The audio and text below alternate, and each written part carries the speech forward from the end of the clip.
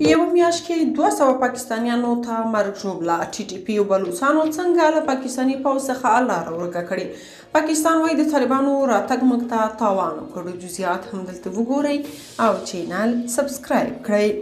په داسې حال کې چې پاکستان بار بار افغان طالبانو ته وایي چې د ټي ټي پي پر ضد اقدامات وکړي تر څو دوی له پښو وغورځول شي او پاکستان کې بریدونه ونه کړي. ښکاري چې دا هیله یې تشه هیله پاتې شوې او طالبانو یې غوښتنه نه ده منلې.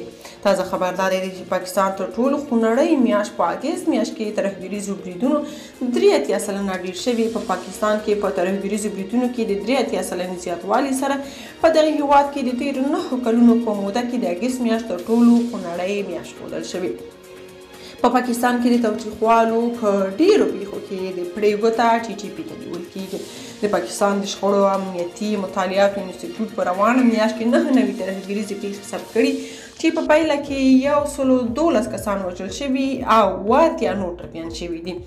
د دغه څېړنیز مرکز د راپور له مخې په اګست میاشت کې ترهګریز بریدونه د جولای میاشت په پرتله 83 سلنه زیات شوي او له 2014 کال راهیسې دا په پاکستان کې په یوه میاشت کې د تروریستي بریدونو تر ټولو لوړه کچه ده.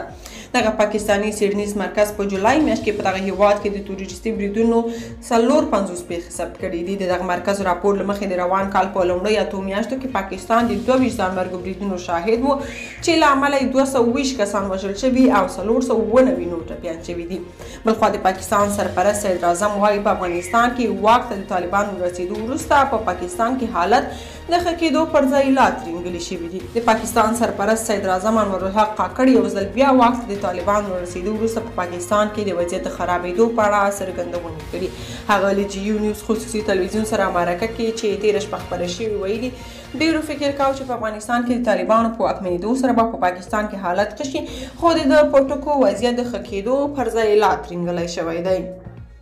که تاسو په دې اړه څه نظر لرئ په کومنټ کې شریک او چینل سبسکرایب کړئ.